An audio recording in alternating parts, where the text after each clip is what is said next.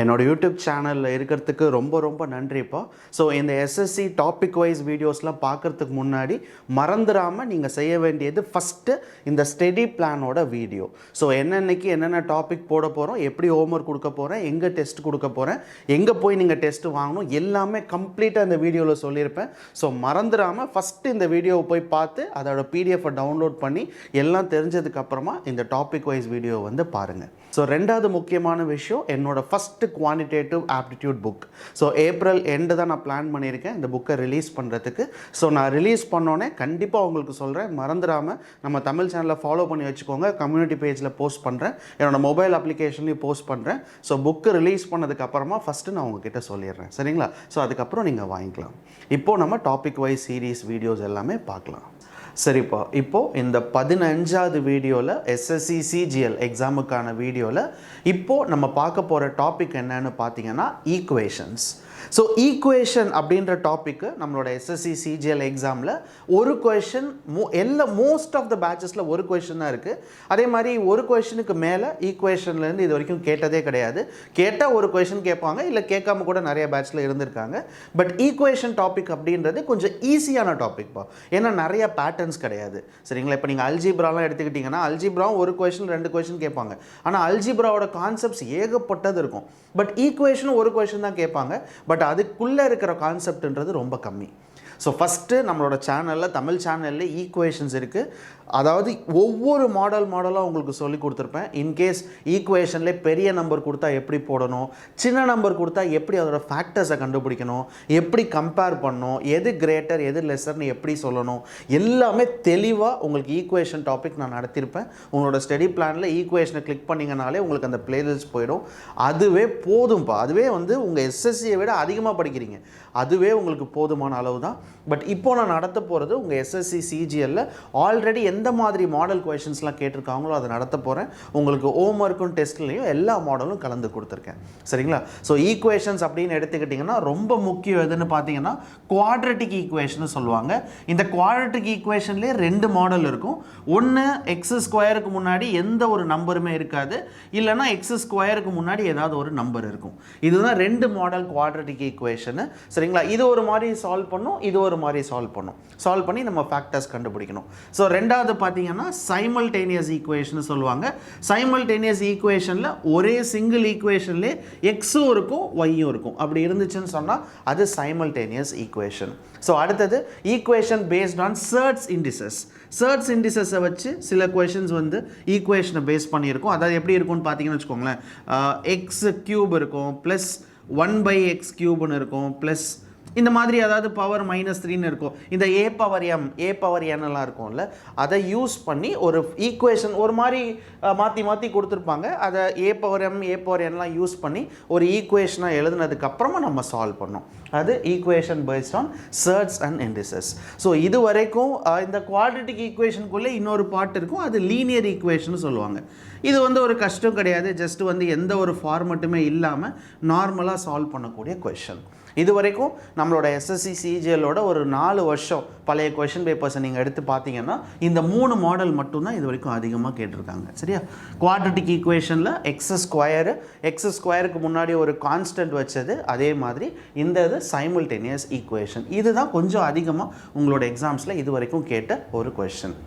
So மறந்துடாதீங்க, basics தெரியாமல் இந்த வீடியோ பார்க்க வேணாம். ஃபஸ்ட்டு ஸ்டெப் பை ஸ்டெப்பாக ஈக்குவேஷன் படிங்க. படிக்கிறதுக்கு ஈக்குவேஷன் டைம் ஆகும். இப்போ நீங்கள் ஒரு 5 years ஆகும் ஒரு ஈக்குவேஷனில் என்ன பண்ணணும், ஒரு ஈக்குவேஷனை எப்படி கண்டுபிடிக்கணும், எப்படி கம்பேர் பண்ணணும், எப்படி ஆன்சர் சொல்லணும் அப்படின்றது நீங்கள் கற்றுக்கிறதுக்கு ஒரு 4 hours ஆச்சும் ஆகும். ஆனால் கற்றுக்கிட்டீங்கன்னு சொன்னால் எந்த ஈக்குவேஷனாக இருந்தாலும் போட்டுடலாம். ஸோ ஈஸியாக நீங்கள் 1 நிமிஷம் கூட இதுக்கு தேவைப்படாது.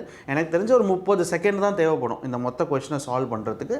அதனால் இந்த வீடியோவும் ஃபஸ்ட்டு நான் சொல்லி கொடுத்த பிளேலிஸ்ட் வீடியோ, அதுக்கப்புறம் இந்த வீடியோ, அதுக்கப்புறம் ஹோம்ஒர்க் டெஸ்ட், இதுவே உங்களுக்கு போதுமான அளவுப்பா, சரிங்களா? இப்போ கொஞ்சம் கொஷின் இந்த டாப்பிக்லேருந்து ஈக்குவேஷன் டாப்பிக்லேருந்து பார்க்கலாம். மொதல் question, so x² -14x + 48 = 0 y square equal to 3y plus 18 ரெண்டு ஈக்குவேஷன் கொடுத்துருக்காங்க. ஸோ எப்போதுமே ஈக்குவேஷனை பார்த்த உடனே அது எந்த டைப் ஆஃப் ஈக்குவேஷன் ஃபஸ்ட்டு கண்டுபிடிச்சிருங்க, அதுக்கப்புறம் கொஷனை சால்வ் பண்ணுங்கள். இங்கே பார்த்தீங்கன்னா எக்ஸ் ஸ்கொயர் இருக்குது, எக்ஸ் இருக்குது, கான்ஸ்டன்ட் இருக்குது. அப்படின்னா இது குவாட்ரட்டிக் ஈக்குவேஷன். குவாட்ரட்டிக் ஈக்குவேஷனுக்குள்ளே ரெண்டு டைப் இருக்குது. இதில் எக்ஸ் ஸ்கொயருக்கு முன்னாடி எந்த ஒரு கான்ஸ்டன்ட்டும் கிடையாது. அப்போ டேரெக்டாக நீங்கள் இந்த நம்பருக்கு வந்துடலாம். Last number 48. இதோட ஃபேக்டர்ஸ் பார்க்கணும்ப்பா. ஸோ ரெண்டு நம்பர் மல்டிப்ளை பண்ணால் 48 வரணும்னா எனக்கு தெரிஞ்சு 8 6 ஆர் 48 கரெக்டாக. ஸோ 8ம் 6ம் நீங்கள் மல்டிப்ளை பண்ணிங்கன்னா 48 வரும். ஆனால் நம்மளுக்கு தேவை 14. ஸோ 14 வேணும்னு சொன்னால் -8 -6. இப்போ -8 -6 மல்டிப்ளை பண்ணிங்கன்னா +48 கிடைக்கும். -8 -6 ஆட் பண்ணிங்கன்னா -14 கிடைக்கும்.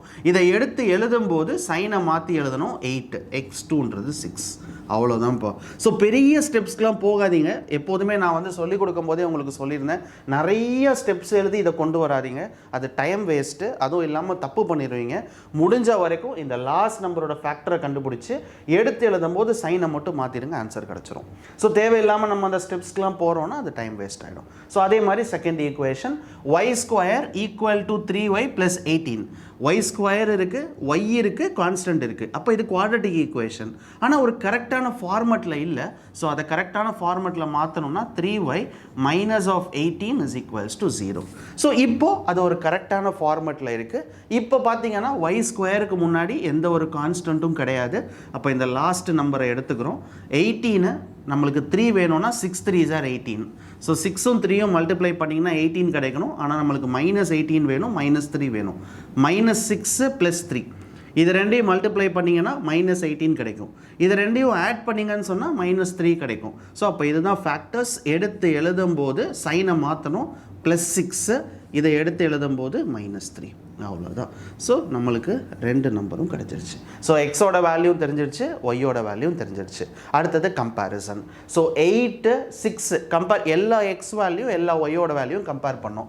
இப்போ எக்ஸை இதை 8 ஃபிக்ஸ் பண்ணிக்கிட்டிங்கன்னா ஒய்யோட கம்பேர் பண்ணோன்னா 8 தான் பெருசு.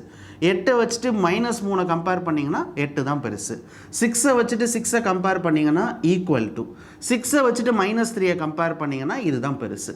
ஸோ கடைசியாக எல்லா எக்ஸ் வேல்யூ ஒய் வேல்யூவோட கம்பேர் பண்ணும்போது நம்மளுக்கு எது பெருசாக இருக்குது அப்படின்னு பார்த்தீங்கன்னா 3 வேல்யூ பெருசாக இருக்குது. ஒன்று என்னவா இருக்குதுன்னு பார்த்தீங்கன்னா ஈக்குவல் டுவாக இருக்குது. அப்போ ஆன்சர் என்னன்னு பார்த்தீங்கன்னா X greater than or equal to Y. இதுதான் நம்ம கொஷனோட ஆன்சர். சரிங்களா? ஸோ இதுதான் இப்போ கம்பேரிசன் பார்ட் அப்படின்றது எல்லா எக்ஸ் வேல்யூ ஒய்யோட கம்பேர் பண்ணியிருக்கணும். இப்போ ஒரு எக்ஸ் 8ன்னு எடுத்துக்கிட்டிங்கன்னா 2 ஒய்யோட கம்பேர் பண்ணிடுங்க. ரெண்டாவது வேல்யூ 6 எடுத்துக்கிட்டிங்கன்னா 2 ஒய்யோட கம்பேர் பண்ணிடணும். கம்பேர் பண்ணி அதுக்கப்புறம் நம்ம கம்பேரிசனை சொல்லணும். எது பெருசு எது சின்னது அப்படின்ற கம்பேரிசனை சொல்லணும். ஸோ அதுதான் நம்மளோட ஃபைனல் ஆன்சர். ரெண்டாவது இந்த ஃபேக்டர்ஸை கண்டுபிடிக்க தெரியணும். இந்த ஃபேக்டர்ஸ் ஒருவேளை சின்ன நம்பராக இருந்தால் ஈஸி, பெரிய நம்பராக இருக்குன்னு வச்சுக்கோங்க. இப்போ இதே இடத்துல 148 அப்படின்னு இருக்குன்னா அப்போ நம்ம டக்குன்னு யோசிக்க முடியாது. அதுக்கு தான் உங்களுக்கு நான் ஷார்ட்கட் சொல்லி கொடுத்துருப்பேன். இந்த மாதிரி 148 600 602 இப்படியெல்லாம் கொடுத்தாங்கன்னா இதை எப்படி ஃபஸ்ட்டு பிரித்து எழுதணும், அதுக்கப்புறம் அதை எப்படி பிரிக்கணும், கொஞ்சம் கொஞ்சமாக ஸ்ப்ளிட் பண்ணி கடைசியாக சின்ன நம்பராக கொண்டு வந்துட்டிங்கன்னா நம்மளுக்கு தேவையான ஃபேக்டர்ஸை ஈஸியாக கண்டுபிடிச்சிடலாம். ஸோ அதனால் பெரிய நம்பராக இருக்குதுன்னு பயப்படாதீங்க. பெரிய நம்பராக இருந்தாலும் நான் உங்களுக்கு சொல்லி கொடுத்துருப்பேன். அது ஸ்கொயர்ஸ் வச்ச நம்பரான்னு பாருங்கள், இல்லை அந்த நம்பரை நம்ம எடுக்க முடியுமான்னு பாருங்கள். இது எல்லாமே சொல்லி கொடுத்துருப்பேன். ரைட்? அந்த ஃபார்மேட் போட்டிங்கனாலே போதும். ஓகேவாப்பா? ஸோ மொதல் கொஷனோட ஆன்சர் என்னன்னு பார்த்தீங்கன்னா X greater than or equal to y. ரெண்டாவது question, so x plus 2 the whole square equal to 15x minus 24 y minus 3 the whole square is equal to 5y minus 19. So ரெண்டு ஈக்குவேஷனுமே நம்ம பார்க்கும்போது ஒரு quadratic equation மாதிரி தெரியல. ஏன்னா y square இருக்கணும், y இருக்கணும், கான்ஸ்டன்ட் இருக்கணும். எல்லா கொஷனுமே நம்ம எக்ஸாம்ஸில் டேரெக்டாக கொடுப்பாங்கன்னு கிடையாதுப்பா. ஒரு சில கொஷின்ஸ் இந்த மாதிரியும் கொடுக்கலாம். இப்படி கொடுத்துருந்தாங்கன்னா first a + b the whole square apply பண்ணுங்கள். ஏன்னா இது பாருங்கள் x + 2 the whole squareன்னு இருக்குது. ஸோ a ஸ்கொயர் அடுத்தது b ஸ்கொயர் + 2ab. ஸோ 2abன்றது 4x. equal to 15x minus 24. So இப்போ இங்கே இருக்கிற எக்ஸ் ஸ்கொயர் அப்படியே இருக்கட்டும். ஸோ 4x 15x இருக்குது, இது இந்த சைடு வந்துருச்சுன்னு சொன்னால் மைனஸ் ஆஃப் 11x, இந்த 24 இந்த சைடு வந்துருச்சுன்னு சொன்னால் ப்ளஸ் 28 ஈக்குவல்ஸ் டு 0. இப்போ பார்த்தீங்கன்னா அவங்க கொடுத்துருக்கிற ஈக்குவேஷன் இது நம்ம இப்படி மாற்றிருக்கோம். இப்போ இந்த ஈக்குவேஷன் என்ன மாதிரி இருக்குன்னு பாருங்கள், ஒரு குவாட்ரட்டிக் ஈக்குவேஷன். எக்ஸ் ஸ்கொயர் இருக்குது, எக்ஸ் இருக்குது, கான்ஸ்டன்ட் இருக்குது. ஸோ அதனால் எல்லா வாட்டியுமே அவங்க டைரெக்டாக கொடுத்துருவாங்க அப்படின்னு நம்ம நினைக்கக்கூடாதுப்பா, எப்படி வேணாலும் அவங்க கொடுக்கலாம். ஸோ இப்போது இதை நம்ம சால்வ் பண்ணோன்னு வச்சுக்கோங்க.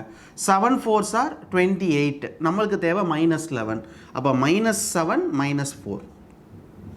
இப்போது இதை ரெண்டுத்தையும் நீங்கள் மல்டிப்ளை பண்ணிங்கன்னு சொன்னால் ப்ளஸ் 28 கிடைக்கும், ரெண்டுத்தையும் ஆட் பண்ணிங்கன்னு சொன்னால் -11 கிடைக்கும். ஸோ அப்போ நம்ம எடுத்து எழுதும்போது இதோட வேல்யூ x1ன்றது 7, x2 அப்படின்றது 4. ஸோ கடைசியாக நம்மளோட ஆன்சர் என்னன்னு பார்த்தீங்கன்னா 7 4. இது எக்ஸோட ஃபேக்டர்ஸ். அதே மாதிரி ஒய்யோட ஃபேக்டர்ஸும் பார்த்தீங்கன்னா இங்கே y - 3 the whole squareன்னு இருக்குது. So a square plus b square minus of 2ab is equals to 5y minus of 19.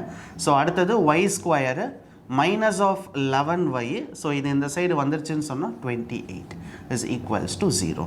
So எனக்கு தெரிஞ்ச அதே மாதிரி ஃபார்மேட்டில் தான் இருக்குது, ப்ளஸ் 28. ஸோ அப்போ அதே 28 தான். 7 4s are 28. ஸோ -7 -4 ரெண்டுத்தையும் ஆட் பண்ணிங்கன்னா -11, ரெண்டும் மல்டிப்ளை பண்ணிங்கன்னா ப்ளஸ் 28. அப்போ y1ஓட வேல்யூ என்னன்னு பார்த்தீங்கன்னா 7, y2ஓட வேல்யூ என்னன்னு பார்த்தீங்கன்னா 4. ஸோ கடைசியாக எக்ஸோட வேல்யூ வந்துருச்சு, ஒய்யோட வேல்யூ நம்மளுக்கு வந்துருச்சு. இப்போ கம்பேரிசன்ப்பா.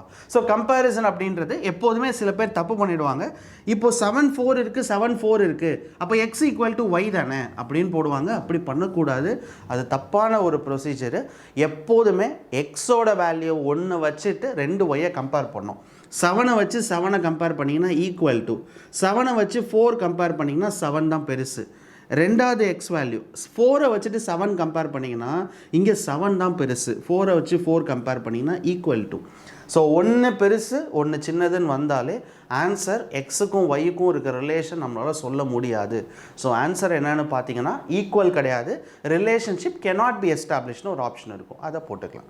ஏன்னா சில சமயம் பார்த்தீங்கன்னா உங்கள் எக்ஸாமில் எக்ஸ் ஈக்குவல் டு ஒய்னு ஒரு ஆப்ஷன் இருக்கும், ரிலேஷன்ஷிப் cannot be established ஒரு ஆப்ஷன் இருக்கும். நம்ம அவசரப்பட்டு 4 7 4 7 தானே அப்போ ஈக்குவல்னு போட்டுருவோம். அப்படி போட்டிங்கன்னா அது தப்புப்பா. ஸோ கம்பேர் பண்ணி போடுங்க, சின்ன நம்பராக இருந்தால் கூட கம்பேர் பண்ணி போடுங்க.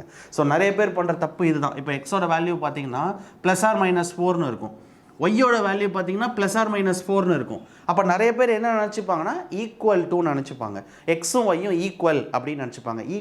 ஈக்குவல் கிடையாது, cannot be established. ஏன்னா எக்ஸு +or-4னா +4 ஒரு வேல்யூ -4 ஒரு வேல்யூ, ஒய்யோட வேல்யூ +or-4னா +4 ஒரு வேல்யூ -4 ஒரு வேல்யூ. இப்போ +4 வச்சு 4 கம்பேர் பண்ணிங்கன்னா ஈக்குவல் டு, 4 வச்சு -4 கம்பேர் பண்ணிங்கன்னா எக்ஸ் தான் பெருசு, -4ம் +4ம் கம்பேர் பண்ணிங்கன்னா ஒய் தான் பெருசு. அப்போது ஒரு சில இடத்துல எக்ஸ் பெருசாக இருக்குது, இங்கே ஒய் பெருசாக இருக்குது. அப்போ ஆன்சர் என்னன்னு பார்த்தீங்கன்னா ரிலேஷன்ஷிப் cannot be established. அதனால தான் நான் வீடியோ நடத்தும் போதே சொல்லியிருப்பேன், சின்ன நம்பராக இருந்தால் கூட டக்குன்னு பார்த்தோன்னே சொல்லணும்னு தோன்ற மாதிரியே இருக்கும், ஆனால் சொல்லிடாதீங்க, ஒரு வாட்டி செக் பண்ணி பார்த்துட்டு சொல்லுங்கள், ஓகேவா? ஏன்னா கம்பேரிசன் ஒன்றும் டைம் எடுக்க போகிறது கிடையாதுப்பா, உங்களுக்கு புரியணுன்றதுக்கு தான் இந்த கோடெல்லாம் போட்டிருக்கேன். நீங்கள் ப்ராக்டிஸ் பண்ணிங்கன்னா ஜஸ்ட் லைக் தட் 7 7 பெருசு, 7 4 இதுதான் பெருசு, அப்போ இது பெருசுன்னு நம்ம டக்குன்னு சொல்லிடலாம். ஸோ அது ப்ராக்டிஸில் வந்துடும். பட் கம்பேர் பண்ணாமல் சீக்கிரமாக மட்டும் ஆன்சர் சொல்கிறேன்னு தப்பாக சொல்லிடாதீங்க, சரியா? அதனால் பார்த்து கண்டுபிடிச்சி அதுக்கப்புறம் சொல்லுங்கள். அடுத்த question. So 10x² -17x -20 = 0. So அதே மாதிரி ரெண்டாவது ஈக்குவேஷன் ஒரு y² கொடுத்துருக்காங்க. ஸோ இப்போ இந்த ஈக்குவேஷனை பார்க்கும்போதேப்பா இது ஒரு குவாட்ரட்டிக் ஈக்குவேஷன் தான், ஏன்னா x² இருக்குது, எக்ஸ் இருக்குது, கான்ஸ்டன்ட் இருக்குது. ஆனால் குவாட்ரட்டிக் ஈக்குவேஷனில் இது ரெண்டாவது டைப்பு, ஏன்னா x² முன்னாடி ஒரு நம்பர் இருக்குது பாருங்கள். இந்த மாதிரி இருந்துச்சுன்னு சொன்னால் இந்த நம்பரை லாஸ்ட் நம்பரோட ஃபஸ்ட்டு மல்டிப்ளை பண்ணிடணும். ஸோ இப்போ என்ன இருக்குதுன்னு பார்த்தீங்கன்னா 200. இப்போ இந்த 200 எந்த நம்பரை மல்டிப்ளை பண்ணால் 200 வரணும், அந்த ரெண்டு நம்பரை ஆட் பண்ணால் நம்மளுக்கு 17 வரணும். ஸோ என்ன பண்ணலாம் அப்படின்னு பார்த்தீங்கன்னா, எனக்கு தெரிஞ்சு இது 200 பிரித்து எழுதுகிறோன்னு வச்சுக்கோங்களேன், 100 × 2ன்னு எழுதலாம், கரெக்டாக? 100 × 2 200. டைரெக்டாக நம்மளுக்கு 17 எதுன்னு கண்டுபிடிக்க முடியல அப்படின்ற பட்சத்தில் நம்ம இப்படியும் போடலாம். ஸோ 100 2ன்னு போட்டுக்கலாம். ஸோ இந்த 100ஐயும் நம்ம ஸ்ப்ளிட் பண்ணுறோன்னு வச்சுக்கோங்களேன், 25 வச்சுக்கலாம், 25 × 4. ஸோ இங்கே இருக்கிற 2, அப்போ 25 8ப்பா. ஸோ 25 8 25யும் 8 மல்டிப்ளை பண்ணிங்கன்னா நம்மளுக்கு 200 கிடைக்கும். நம்மளுக்கு தேவை -17. அப்போது இது ரெண்டுத்தையும் பண்ணிங்கன்னு சொன்னால் நமக்கு என்ன கிடைக்கும்? ரெண்டு நம்பரையும் மல்டிப்ளை பண்ணிங்கன்னா -200 கிடைக்கும். ரெண்டு நம்பரையும் ஆட் பண்ணிங்கன்னா -17 கிடைக்கும். ஸோ அப்போ நம்மளோட ஃபேக்டர்ஸ் இது தான். ஆனால் ஒரே ஒரு சின்ன சேஞ்ச் பண்ணோம். x² முன்னாடி இருக்கிற 10 இந்த இடத்துலையும் டிவைட் பண்ணிடணும். அது மட்டும்தான் டிஃப்ரென்ஸ். ஸோ இப்போது நீங்கள் இதை 5 டேபிளால் டிவைட் பண்ணிங்கன்னா 5 5s are 25, 5 2s are 10. So இது 2 டேபிளில் பண்ணிங்கன்னா 4 2s are 8, 5 2s are 10. எடுத்து எழுதும்போது சைனை மாற்றுங்க. இங்கே மைனஸ் இருக்குது, அப்போ எடுத்து எழுதும்போது +5/2. அதே மாதிரி இங்கே 4/5 இருக்குது, எடுத்து எழுதும்போது -4/5. ஸோ இதுதான் பார்த்தீங்கன்னா ஃபஸ்ட் ஈக்குவேஷன்ஸோட ஃபேக்டர்ஸ். அதே மாதிரி ரெண்டாவது ஈக்குவேஷனுக்கு வரும். ஸோ ரெண்டாவது ஈக்குவேஷனோட ஃபேக்டர்ஸ் என்னென்ன இருக்குது அப்படின்னு பார்த்தீங்கன்னா y² + 22y - 40. ஸோ இப்போ இதை கம்பேர் பண்ணுறோம். எனக்கு தெரிஞ்சு 22y 40ன்றது நம்மளுக்கு 22 வரணுமா? 22 வரணும் அப்படின்னு சொன்னால் 8 5 22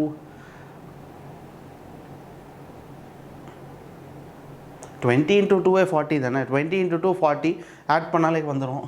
இது யோசிச்சுட்டேன்னா 20 to 40 இப்போ ரெண்டையும் ஆட் பண்ணிங்கனாலே 22 வந்துடும். y² முன்னாடி எந்த கான்ஸ்டன்ட்டுமே கிடையாது. அப்போ நம்ம எடுத்து எழுதும்போது y1ஓட வேல்யூ -20, y2ஓட வேல்யூ -2. அவ்வளோதான், முடிஞ்சுப்பா. சரியா? இப்போ கம்பேரிசன் பாட்டுக்கு வருவோம். ஸோ கம்பேரிசனை பொறுத்த வரைக்கும் நான் ஆரம்பத்திலே சொன்ன மாதிரி பொறுமையாக ஒவ்வொரு வேல்யூவாக கம்பேர் பண்ணுங்கள். இப்போ எக்ஸோட வேல்யூ 5/2. இதை ரெண்டுத்தையுமே கம்பேர் பண்ணேன்னா எக்ஸு தான் பெருசாக இருக்கும். ஏன்னா எக்ஸோட வேல்யூ பாசிட்டிவ், ரெண்டு ஒய்யோட வேல்யூமே நெகட்டிவ். அப்படிங்கும்போது எக்ஸு தான் பெருசு. அடுத்து ஒய்க்கு வருவோம். ஸோ இது பார்த்தீங்கன்னா -4/5 அப்படின்றது 0.8. ஸோ இங்கே பார்த்தீங்கன்னா 0.8 பெருசாக, -20 பெருசானா 0.8 தான் பெருசு. அதே மாதிரி -2 பெருசாக, 0.8 பெருசானா இதுதான் பெருசு. ஸோ அப்போது எல்லா எக்ஸ் வேல்யூ நான் ஒய் வேல்யூவோட கம்பேர் பண்ணும்போது எக்ஸு தான் பெருசாக இருக்குது. அப்போ நம்மளோட ஆன்சர் என்ன அப்படின்னு பார்த்தீங்கன்னா x > y.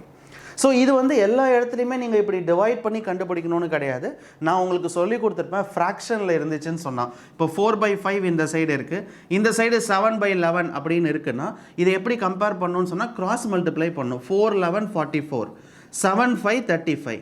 ஸோ 44 பெருசா 35 பெருசானா 44 தான் பெருசு. அப்போ எக்ஸ் தான் பெருசு. இது நம்ம ஆரம்பத்தில் ஈக்குவேஷன் நடத்தும் போதே உங்களுக்கு சொல்லி கொடுத்துருப்பேன் எப்படி ஒரு வேல்யூவை கம்பேர் பண்ணுறதுன்னு. சரியாப்பா? அதை அப்ளை பண்ணி தான் நம்ம இங்கே போட்டிருக்கோம். ரைட்? ஸோ இதுதான் வந்து இந்த கொஷனோட ஆன்சர் என்னென்னு பார்த்தீங்கன்னா x > y. அடுத்த question. So 5x + 3y = 102, 8x - 5y = 26. இந்த கொஷனை பார்க்கும்போதே இது கண்டிப்பாக குவாட்ரட்டிக் ஈக்குவேஷன் கிடையாது. ஏன்னா எந்த இடத்துலையுமே x² இல்லை y² இல்லை. அப்போ இது குவாட்ரட்டிக் ஈக்குவேஷன் இல்லை. அவங்க கொடுத்துருக்கிற மொதல் ஈக்குவேஷன்லேயே எக்ஸும் இருக்குது, ஒய்யும் இருக்குது. அப்போ இது என்ன ஈக்குவேஷன்? Simultaneous equation. ஸோ கொடுத்துருக்கிற ஈக்குவேஷனில் எக்ஸும் ஒய்யும் இருந்துச்சுன்னா அது சைமல்டேனியஸ் ஈக்குவேஷன். ஸோ இதை சால்வ் பண்ணணும்னு சொன்னால் என்ன பண்ணப்போ, இதை ஃபஸ்ட் ஈக்குவேஷனை எடுத்துக்கணும், இதை செகண்ட் ஈக்குவேஷனை எடுத்துக்கணும், அப்புறம் ரெண்டு ஈக்குவேஷனையும் சால்வ் பண்ணணும். இப்போ ஃபஸ்ட் ஈக்குவேஷனை நான் 5ஆல் மல்டிப்ளை பண்ணுறேன், செகண்ட் ஈக்குவேஷனை நான் 3ஆல் மல்டிப்ளை பண்ணுறேன். ஸோ ஃபஸ்ட் ஈக்குவேஷனை 5ஆல் மல்டிப்ளை பண்ணால் 25x. ஸோ 5ஆல் பண்ணேன்னு சொன்னால் 15y. So 5 2s are 10, remaining 1 510. So அடுத்து பார்த்தீங்கன்னா செகண்ட் ஈக்குவேஷனை நம்ம 3ஆல் மல்டிப்ளை பண்ணோம். 8 3s are 24, 5 3s are 15y. So 23 18 78. கரெக்டாக? ஸோ இப்போ இதை கேன்சல் பண்ணுங்கப்பா. ஸோ 15y இது ரெண்டுமே நம்மளுக்கு கேன்சல் ஆகிடும். ஸோ அதே மாதிரி ஏன்னா ஆல்ரெடி ப்ளஸ்ஸு மைனஸில் தான் இருக்குது. So 25 24, so 49x. ஸோ இதை ரெண்டையும் நம்ம பண்ணோன்னு சொன்னால் 5 7 5 89.